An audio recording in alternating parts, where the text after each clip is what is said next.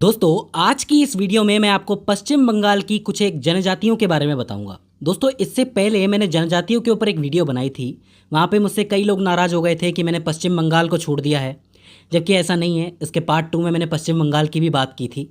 लेकिन जैसा कि आपको पता है कि अभी हाल ही में मैंने आपको पश्चिम बंगाल का नक्शा पढ़ाया था और उसमें मैंने कहा था कि मैं आपको जनजाति स्पेशली बताऊंगा और सारी बताने की कोशिश करूंगा। तो ये कुछ 35 से 40 जनजातियां होने वाली हैं जिनके बारे में आपको पता होना चाहिए, क्योंकि इनसे सवाल ज़रूर बन जाते हैं। तो एक एक करके हम उन जनजातियों को देखेंगे कि कौन कौन सी हैं, उनके नाम देखेंगे, कहाँ पाई जाती हैं। ये सारी चीज़ें हम नोट करने की कोशिश करेंगे। आपका काम हमेशा की तरह नोट्स बनाते हुए चलना है और हम ज़्यादा देर न करते हुए शुरू करते हैं। तो इसमें सबसे पहली जो जनजाति है उसका नाम है असुर। असुर या फिर अरीसिया भी इसका नाम है, कई लोग इसको अरीसिया भी कहते हैं। ये बेसिकली छोटा नागपुर पठार के क्षेत्र में पाई जाती है, जिसके अंदर आपका झारखंड और पश्चिम बंगाल दोनों आ जाते हैं। आपको पता है कि छोटा नागपुर का जो विस्तार है वो झारखंड में भी देखने को मिलता है और पश्चिम बंगाल में भी देखने को मिलता है। तो ये जनजाति इसी क्षेत्र में वास करती है। इसके बाद आती है बैगा। बैगा जो है वो मध्य भारत में वास करती है, जैसे कि मध्य प्रदेश, छत्तीसगढ़, महाराष्ट्र। इसी तरीके से ये आपको पश्चिम बंगाल में भी मिल जाएंगे।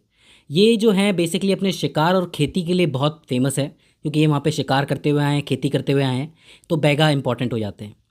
इसके बाद आते हैं आपके बेदिया। बेदिया आपको उत्तर प्रदेश में भी मिलेंगे और पश्चिम बंगाल में भी मिलेंगे। ये अपने नृत्य, संगीत और कथा वाचन जो स्टोरी टेलिंग होती है उसके लिए बहुत फेमस है। तो बेदिया को आप अच्छी तरह याद रख लो। इसके बाद आते हैं भूमिज।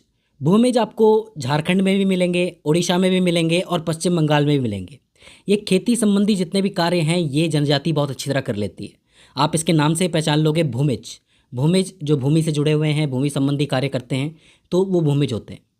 इसके बाद एक कैटेगरी आती है जिसमें कई नाम आते हैं, जैसे कि भूटिया, शेरपा, तोतो, डुकपा, कागताय, तिब्बती और योलमो। ये जितनी भी जनजातियां हैं ये सब तिब्बती और हिमालयी जनजातियां कहलाती हैं। जैसे कि सिक्किम हो गया, अरुणाचल प्रदेश हो गया, पश्चिम बंगाल हो गया। पश्चिम बंगाल का जो ऊपरी हिस्सा है ये हिमालयी क्षेत्र के अंदर है। तो ये सारी जनजातियां थोड़ी थोड़ी यहाँ पे वास करती हैं। भूटिया, शेरपा, तोतो, डुकपा, कागताय, तिब्बती, योलमो। तो इसको भी आपको याद रखना है। इसके बाद आती है आपकी बिडहर। बिडहर जो है वो पश्चिम बंगाल में अपने पारंपरिक जीवन यापन के लिए बहुत ज़्यादा फेमस है। इसी तरीके से बिरजिया भी अपने पारंपरिक जीवन यापन और कृषि और पशुपालन के लिए बहुत फेमस है। तो बिडहर और बिरजिया को आप एक साथ याद रख सकते हो। इसके बाद आती है आपकी चकमा। चकमा जो जनजाति है वो बेसिकली मिजोरम में वास करती है, लेकिन इसका कुछ हिस्सा जो है वो पश्चिम बंगाल में भी रहता है। इनका कल्चर काफ़ी रिच है। ये संगीत, नृत्य और हस्तकला के लिए बहुत ही फेमस है चकमा। इसको ज़रूर याद रखना। तो मिजोरम की बेसिकली जनजाति है, लेकिन पश्चिम बंगाल में भी रहती है चकमा। इसके बाद दो और जनजातियां हैं जिनको एक साथ आप याद रख सकते हो। एक है चेरो और एक है चिकबाराइक। चेरो और चिकबाराइक अपने पारंपरिक जीवन यापन, कृषि और पशुपालन के लिए बहुत ही फेमस है और इनका कुछ हिस्सा जो है वो पश्चिम बंगाल में रहता है। मतलब जनसंख्या का थोड़ा सा हिस्सा यहाँ पे रहता है। तो चेरो और चिकबाराइक को भूलना मत। इसके बाद आती है आपकी गारो। गारो जो है बेसिकली मेघालय में बसते हैं, लेकिन इसका कुछ हिस्सा जो है पश्चिम बंगाल में भी पाया जाता है। ये अपने संगीत, नृत्य और हस्तकला के लिए बहुत ही फेमस है गारो। गारो का नाम आपने सुना भी होगा। गारो के बाद आते हैं गोंड। अब गोंड के बारे में बताने की ज़रूरत नहीं है। इनका संबंध जो है गोंडवाना लैंड से है। ये आपको मध्य प्रदेश में भी मिलेंगे, महाराष्ट्र में मिलेंगे, छत्तीसगढ़, अरुणाचल प्रदेश, पश्चिम बंगाल, हर जगह आपको मिल जाएंगे। ये अपने लोक नृत्य और संगीत के लिए बहुत ही फेमस होते हैं, क्योंकि बहुत ही पुराने माने जाते हैं ये। तो इनका नृत्य भी काफ़ी पुराना है। इसके बाद आते हैं आपके गोराइट। गोराइट भी काफ़ी इंपॉर्टेंट जनजाति है, इसको भी आप याद रख लो। इसके बाद एक जनजाति और है जो मिज़ोरम की है वैसे तो, लेकिन वो पश्चिम बंगाल में पाई जाती है। उसका नाम है हजांग। हजांग याद रख लो, हजांग। हजांग के बाद आती है हो, जो कि वैसे तो झारखंड की है, लेकिन इसकी कुछ तादाद जो है पश्चिम बंगाल में भी आपको मिल जाएगी। हो के बाद आती है आपकी करमाली। ये भी झारखंड की है लेकिन पश्चिम बंगाल में मिल जाएगी। इसके बाद आते हैं खोंड। गोंड नहीं, खोंड। खोंड यूँ तो उड़ीसा में रहते हैं, लेकिन इनका कुछ हिस्सा जनसंख्या का पश्चिम बंगाल में भी रहता है। खोंड के बाद आते हैं किसान। जी हाँ, किसान नाम की भी एक जनजाति है जो आपको झारखंड में वैसे मिलेगी, लेकिन झारखंड के अलावा ये पश्चिम बंगाल में भी रहते हैं।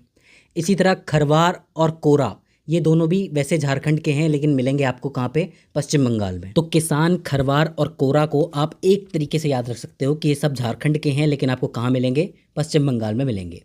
इसके बाद आते हैं आपके कोरवा। कोरवा बेसिकली आपको मध्य प्रदेश में ज़्यादा मिलेंगे, लेकिन ये आपको पश्चिम बंगाल में भी मिल जाएंगे। ये अपने शिकार के लिए बहुत ही फेमस है कोरवा, तो इनको भी आप याद रख लो। कोरवा के बाद आते हैं लेपचा। अब लेपचा के बारे में मैं आपको बता चुका हूँ पहले ही। इनकी एक बड़ी तादाद जो है सिक्किम के अंदर रहती है, लेकिन चूंकि ये फैले हुए हैं जगह जगह पे, तो ये आपको पश्चिम बंगाल में भी मिल जाएंगे। इसके बाद एक और आती है आपकी कैटेगरी जिसमें आपके लोधा भी आते हैं, खेड़िया भी आते हैं और खड़िया भी आते हैं। कुछ लोग खेड़िया और खड़िया को एक ही मानते हैं। ये झारखंड, पश्चिम बंगाल और उड़ीसा में आपको मिल जाएंगे और ये फेमस है अपनी भाषाओं के लिए। इनकी अपनी खुद की भाषाएं होती है, वैसे तो सबकी होती हैं अपनी, लेकिन ये भाषाएं काफ़ी फेमस हैं। लोधा, खेड़िया और खड़िया, इनको भी आप याद रख लो। इसके बाद एक जनजाति है जो सिर्फ आपको पश्चिम बंगाल में ही ज़्यादा मिलेगी, वो है माघ। माघ का नाम भी वैसे कई बार आया है, एग्जाम के अंदर पूछा गया है, तो इसको भी आप याद रख लो, माघ। इसके बाद दो जनजातियां हैं जो वैसे झारखंड में रहती हैं लेकिन पाई जाती हैं आपकी पश्चिम बंगाल में भी, जिसमें से एक है महली और एक है माहली। महली और माहली, इसको आप दोनों को एक साथ याद रख सकते हो, एक जैसा नाम है, ज़्यादा मुश्किल नहीं होगी। और एक और जनजाति है जो कि है माल पहाड़िया। ये भी आपकी झारखंड की है, लेकिन ये रहती कहाँ पे है? पश्चिम बंगाल में। तो महली, माहली और माल पहाड़िया एक साथ याद हो जाएगी। इसके बाद एक और जनजाति है जो आपको पश्चिम बंगाल में स्पेशली मिलेगी, जिसका नाम है मेच। मेच भी आप याद रख लो। मेच के बाद है आपकी मुरु, जो अब मिज़ोरम में पाई जाती है लेकिन पश्चिम बंगाल में भी रहती है। उसके बाद आती है आपकी मुंडा। मुंडा के बारे में मैंने आपको बताया था कि ये झारखंड, छत्तीसगढ़, उड़ीसा और पश्चिम बंगाल, इस पूरे एरिया के अंदर फैले हुए हैं मुंडा, तो इनको याद रख लो। इसके बाद तीन जनजातियां हैं जो आपको झारखंड के अंदर मिलेंगी। एक है नागेशिया, एक है ओनराव और एक है परहिया। नागेशिया, ओनराव और परहिया। वैसे ओनराव जो है आपको उड़ीसा और पश्चिम बंगाल में भी मिल जाएंगे, लेकिन ये सभी जनजातियां जो हैं थोड़ी थोड़ी तादाद में आपकी पश्चिम बंगाल में रहती हैं। स्पेशली ओनराव की बात की जाए तो ये तो बहुत ही फेमस है, ये उसी की तरह गौंड की तरह फेमस है ओनराव, इसको भी आप याद रख लो। इसके बाद आती है राभा। राभा यूँ तो असम में ज़्यादा मिलेंगे आपको, लेकिन राभा की कुछ एक जनसंख्या आपको पश्चिम बंगाल में भी मिल जाएगी। और इसके बाद आती है सबसे महत्वपूर्ण जनजाति जो कि पश्चिम बंगाल की है, वो है संताल। संताल पश्चिम बंगाल में लगभग सबसे ज़्यादा पाए जाते हैं, इनकी जो जनसंख्या है सबसे ज़्यादा पाई जाती है। ये झारखंड में भी है, बिहार में भी है, पश्चिम बंगाल में भी है और उड़ीसा के अंदर भी है। तो वेरी वेरी इंपॉर्टेंट का टिक लगा लेना, संताल।